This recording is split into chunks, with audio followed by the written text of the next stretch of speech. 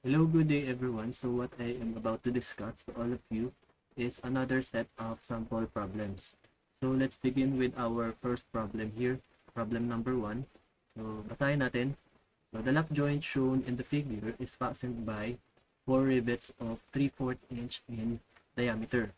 Sabi dito, find the maximum load P that can be applied if the working stresses are 14 KSI or kilopounds per square inch for shear in the rivet and 18 KSI for bearing in the plate. So assume that the applied load is distributed evenly among the 4 rivets and neglect friction between the plates. So let's begin with our given. So ang given natin is or are diameter of rivets, and I noted this as small letter D. So ang diameter ng rivets, so we have 4 rivets and they are all the same in diameter. So meron silang 3/4 inch na diameter. So nagbigay din ng working stress for shear in the rivets na 14 KSI. So in this case, kinonvert natin sila into PSI or pounds per square inch, equal to 14 times 10 cube PSI. And meron din tayong working stress for bearing in the plate, equal to 18 KSI, and this is equal to 18 times 10 cube PSI or pounds per square inch. And base din sa figure, we have the plates here in 7/8 inch in diameter. So tig-isa sila. Ito yung thickness nila.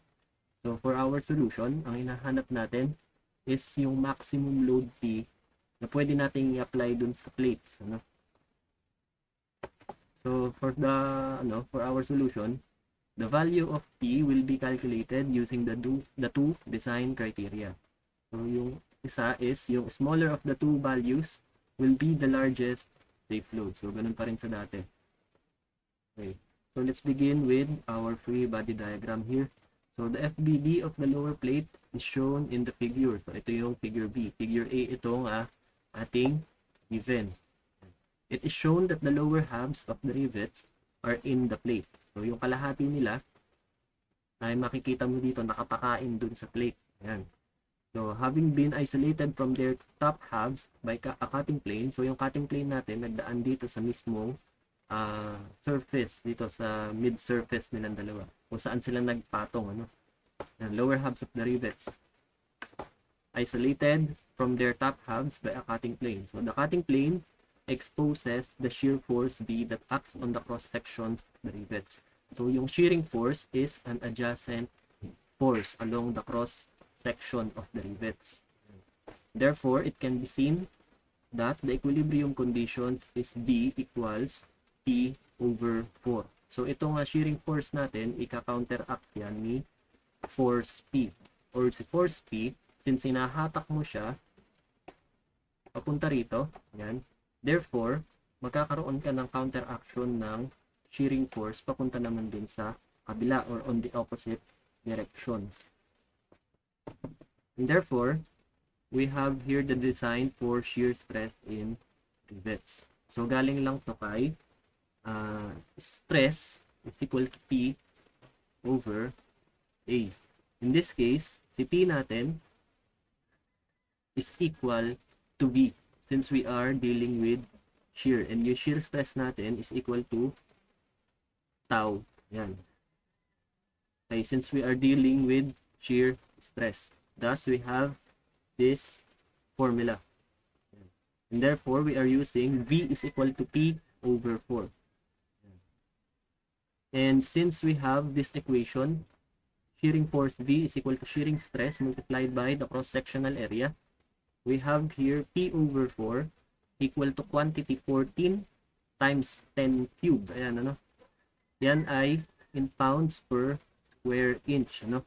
So, ito yung nakuha natin kanina. Ayan. Balik lang natin. Ito yun, yung 14 times 10 cube PSI. So, ayan yun. Yan yung shearing stress na ginamit natin or yung working stress for shear in the rivets. Ayan. Multiplied by the cross-sectional area of the rivets or one rivet. So, sabi dito, we have 4 rivets of 3/4 inch in diameter. So, kinuha muna natin yung diameter ng isang rivet. And hindi na natin kailangan i-multiply to by 4 since giniven na natin or tinake na natin na si shearing force B is equivalent to P over 4. Therefore, ayan ano, so matotal, ayan, we have 4 rivets equal to P over 4. Paghahati-hatian nila tong value ng P na to or kung ano man yung load P na nakalagay dyan. Therefore, inputting this in your calculator and pressing shift solve, ayan, kasi nandito pa yung 4 no?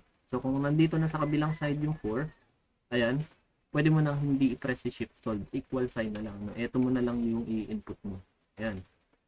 And we have here P is equal to 24,740.042 pounds. Hindi pa yan yung sagot. We have to solve for the bearing stress in plate. Titignan natin kung saan siya mas prone na mag-fail. Kung sa rivets ba or dun ba sa plate. So for solving for the design for bearing stress in the plate, yan, the shear force B is equal to P over 4 acting on the cross section of one rivet is equal to the bearing force P sub B due to the contact between the rivet and the plate. Yan.